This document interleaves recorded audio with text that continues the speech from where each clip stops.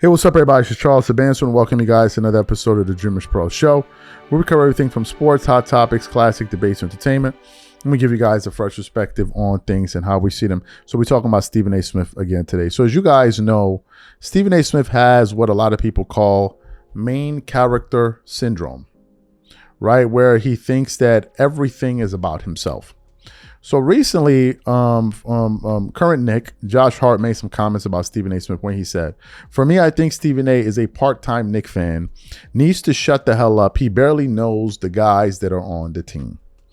So of course, Stephen A. Smith, being the egomaniac that he is, he took exception to those comments, and then he took to his Stephen A. Smith show to voice his displeasure and then started saying all kind of crazy nonsense. So for those of y'all who didn't see this, want to play the video for you now, take a listen to Stephen A. Smith going off here because he was called out, and then we'll continue on the show. Take a listen to what Stephen A. Smith had to say here. So him coming at me, fine. I just love how people ignore the resume. Let me say this about myself.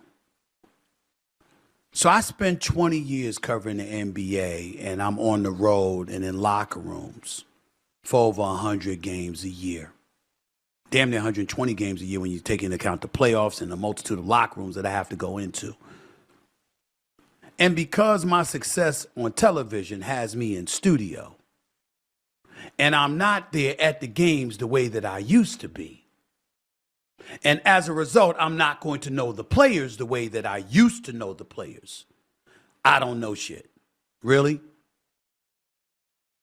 Well, what about 99% of the sports commentators and pundits on television and radio and on newspapers and .com sites and podcasts all over the country, if not the world? Do they have to know you? What did I say about the New York Knicks that requires me to know anybody? First of all, you don't know who I know. Secondly, you don't know who talks to me. Thirdly, you don't even know how close I am to the people that cut your checks, Josh Hart. You know, clearly you haven't done your homework. But that's neither here nor there, because I like Josh Hart. I got news for you, Josh Hart. I like Mikal Bridges, too. I think Mikal Bridges can play. I think he deserved every penny of the $150 million he got. What I'm upset about is the 7 picks that were given up to get him. Because those are assets that you could have had with you and Mikal Bridges and Jalen Brunson and the crew in order to win a championship. You know how I know what I'm talking about, Josh Hart? Because you are 31 years of age. I'm 27 years older than you. And I've been a Knicks fan since I was 3. Josh Hart, that would happen to be 19 years. I'm sorry, 24 years before you were born. You're a Knick now. Were you always a Knick? Weren't you a member of the Los Angeles Lakers? I was a Knicks fan then. Weren't you a member of the New Orleans Pelicans? I was a Knicks fan then. Weren't you a member of the Portland Trailblazers? I was a Knicks fan then. And when you're long gone from being a New York Knick, I'll still be a Knicks fan. I'm not satisfied because the New York Knicks haven't won a championship since 1973. What year were you born in? 1995. The Knicks haven't won a championship since for 22 years before you were born. We haven't been to the finals since you were 3 years old, 4 years old.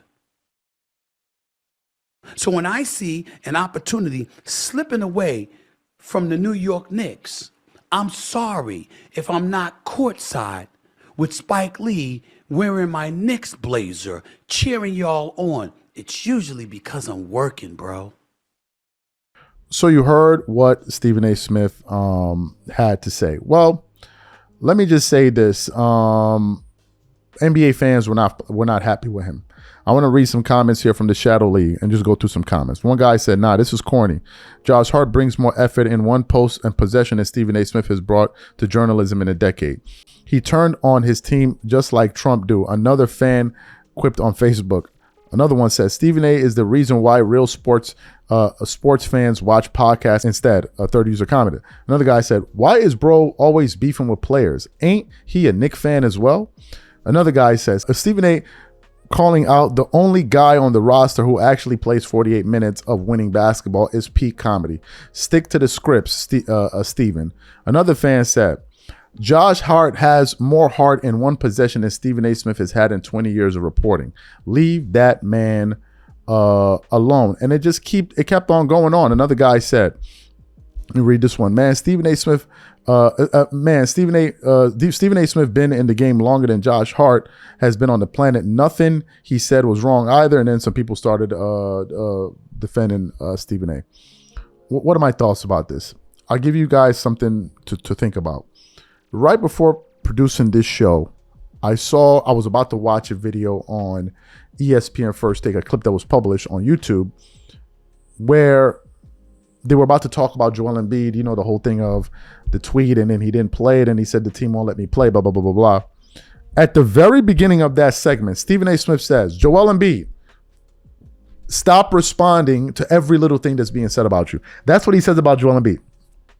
Stephen A. Smith is telling people to stop responding about every little thing that's said about them. Meanwhile, this is exactly what he is doing. He responds to every little thing. And do you know why? Because he's an egomaniac. The same thing he accuses LeBron of being is the same thing they're the same person. That's why they don't mesh. They're both two egomaniacs. And when you see Stephen A. and LeBron, it's like a battle of the egos. He's even said it. You'll never get the last word with me, because he must have the last word. The fact is, there have been many occasions where he just didn't know the correct players of the Knicks. But then whenever they lose, is on TV hollering. How can you be hollering and screaming when you can't even get the players' names right? Then he said, what requires him to know their names? What? The fact you're getting paid $20 million a year by ESPN, maybe that would be a reason? I don't know. I mean, damn. Maybe that would mean something. And again, you're the one that constantly calls yourself an avid Knick fan, a diehard Knick fan. And when you got the players of the Knicks saying you're not a real fan, buddy, you got a problem. They don't say that about Spike Lee and all of these other guys that support the Knicks, but they saying it about you. Come on, man. Like, and then you're going to get like all up in your feelings and, I'm going to say, come on. Like, son, come on, man. You got to let that go. I don't know who's worse. Stephen A. Smith in responding to every little thing that's said about him, or Vlad and Dave East. Every little interview, Vlad trying to get Dave East didn't pick up my call. Dave East didn't answer my text message. And they're like, yo, bro, let it go, man. Let it go. Jesus. These are my thoughts. Catch you guys on the next show. I'm out. Peace.